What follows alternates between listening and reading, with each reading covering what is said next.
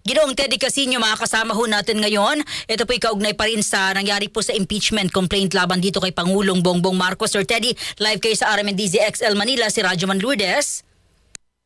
Yes, Lourdes. Magandang hapon. Sir, ano po? Magandang hapon po sa lahat na nakikinig. Ano pong inyo? Inaasahan niyo na po ba yun yung kanina? Oo. Alam naman namin talagang mahirap ang laban. Pero medyo nagulat din kami na ang Kongreso mismo yung sarili niyang rules on impeachment pinaliko niya para lang prematurely ma-dismiss on insufficiency of substance ang complaint. Kasi parang dinagdagan niya yung mga requirements to comply with sufficiency in substance.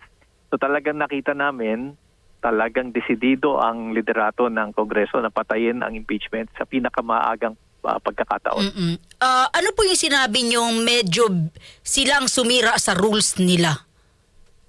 Kasi under the sufficiency, yung standard ng sufficiency in substance, sa rules mismo ng impeachment, ang hinihiling lang naman sa complainants magkaroon ng recital of facts constituting the offenses charged. Ibig sabihin, ang kailangan lang ay ilatag ang mga pangyayari na magpapakita na kung totoo itong mga pangyayaring ito, talagang may pagtataksil sa tiwala ng taong bayan ang Pangulo.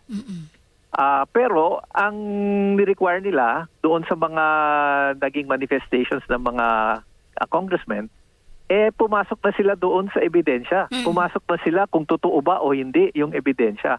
Wala pa ho sa ganong stage. Ang dapat ma-determine lang nila na ilatag ba ng maayos yung mga pangyayari at kung totoong nangyari yon, may pananagutan ba ay ang Pangulo. Okay. So kung ganun lang naman kasi talaga yung standards, sufficient in substance itong complaint. Pero kinargahan nila ng sobra kaya yun ang ginawa nilang basis for dismissing. Sir Teddy, sa tingin niyo ho ba may kamay si Pangulong Marcos sa desisyon?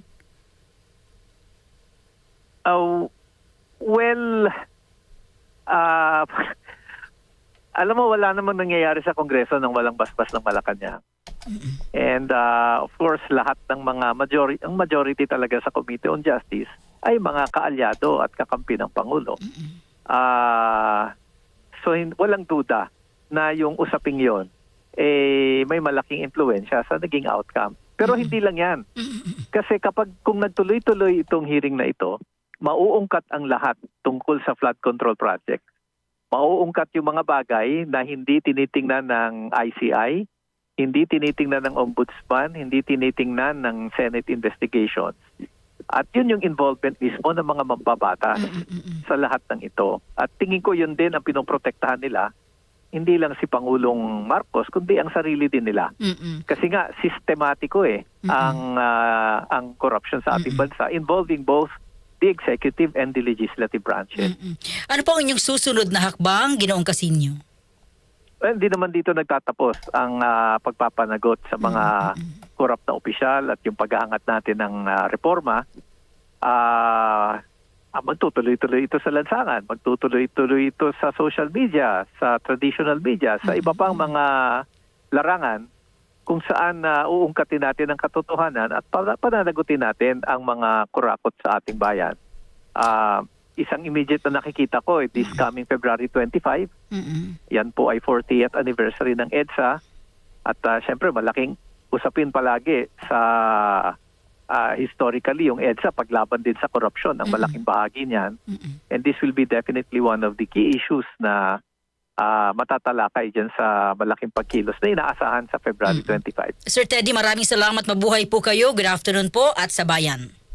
Maraming salamat din po. DZX